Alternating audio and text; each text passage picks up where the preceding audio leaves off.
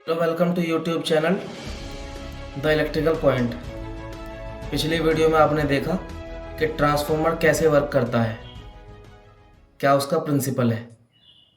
आज आप देखेंगे कि ट्रांसफॉर्मर के अंदर कौन से लॉस होते हैं, ट्रांसफॉर्मर हानि के बारे में, लॉसेस के बारे में।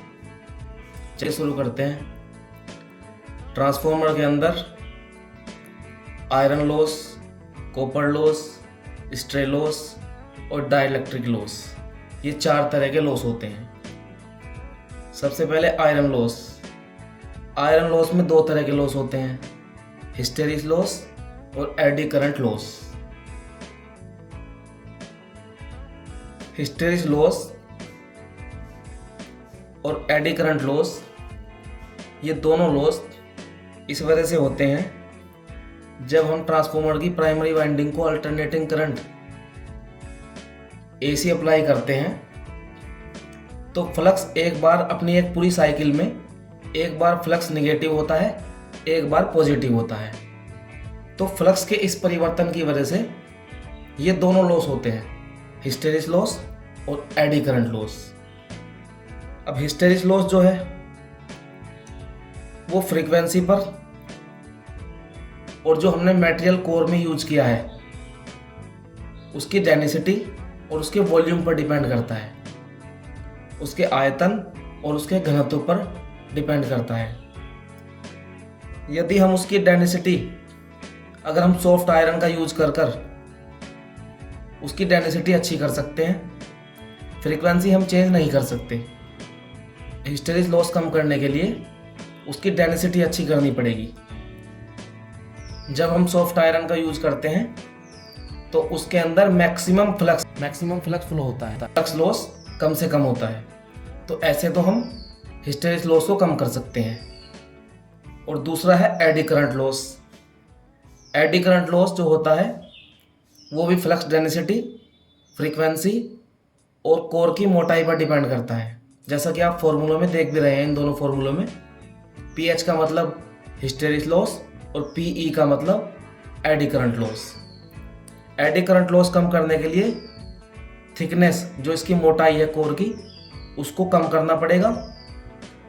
फ्रीक्वेंसी हम कम नहीं कर सकते और डेंसिटी हम के लिए हमने अच्छी डेंसिटी के लिए हमने सॉफ्ट आयरन का यूज कर लिया है। तो अब बची थिकनेस। थिकनेस को कम करने के लिए इसको पत्तियों में बनाते हैं, लैमिनेटेड बनाते हैं। पत्तियों में एक पतली पतली पत्तियों को जोड़कर एक कोर बनाते हैं, उससे एडी करंट लॉस कम होता है। तो इस तरह ये 2 लॉस हम कम कर सकते हैं इन दोनों तरीकों से। तीसरा लॉस है कॉपर लॉस। कॉपर लॉस उसके लोड पर डिपेंड करता है। जब हम ट्रांसफॉर्मर की सेकेंडरी वाइंडिंग पर लोड लगाते हैं, आर लोड लगाते हैं, इसको I²R से डिनोट करते हैं। जैसे जैसे लोड बढ़ता है ऐसे ऐसे कॉपर लॉस बढ़ते हैं। तो इसको कम करने के लिए अगर हम एक रेजिस्टेंस का फॉर्मूला है, अगर हम एरिया बढ़ाते हैं किसी वायर का तो रेजिस्टेंस कम होता है। इसको कम करने के लिए हमें जो वाइंडिंग है उसमें मोटे तार यूज करने होंगे, जिससे उसका क्रॉस सेक्शन एरिया बढ़ेगा और उसका रेजिस्टेंस कम होगा। इस तरह हम कॉपर लॉस कम कर सकते हैं। अब तीसरा जो लॉस है वो है स्ट्रे लॉस। स्ट्रे लॉस होता है जब फ्लक्स का फ्लो होता है तो थोड़ा सा हवा में चला जाता है, उसको बोलते हैं स्ट्रे लॉस। और चौथा जो लॉस है वो है डाइलेक्ट्रिक लॉस। जैसे हमने इंसुलेशन के लिए तेल यूज किया है, उसमें जो पावर लॉस होता है हाई वोल्टेज पर, उसको बोलते हैं डाइलेक्ट्रिक लॉस। स्ट्रे लॉस और डाइलेक्ट्रिक लॉस, इन दोनों लॉसों को नेगलेक्ट मानते हैं, लगभग 0 मानते हैं। इन लॉसों का पता कैसे चलता है कि कौन सा लॉस है, कब कैसे चेक करेंगे?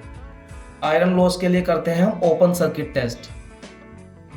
Open circuit test iron loss को नो लोड पर चेक करते हैं। जब उसकी सेकेंडरी वाइंडिंग को ओपन करते हैं, कोई लोड नहीं लगा है, तो हम आयरन लॉस चेक करते हैं। आयरन लॉस मीन्स हिस्टेरिस लॉस और एडी करंट लॉस। लेकिन कॉपर लॉस को चेक करने के लिए हमें सेकेंडरी में, ट्रांसफॉर्मर की सेकेंडरी वाइंडिंग में एक लोड लगाना पड़ता है जिसमें आई करंट फ्लो होती है, आई एम्पियर करंट फ्लो होती है। आर ओम का एक लोड होता है, तभी वो आई स्क्वायर आर होता है, जो कॉपर लॉस बोलते हैं। तो ये तो हुई ट्रांसफार्मर के लॉसेस की बात। अगर इस वीडियो संबंधित आपके मन में कोई भी सवाल है तो आप कमेंट सेक्शन में लिख सकते हैं। Thank you.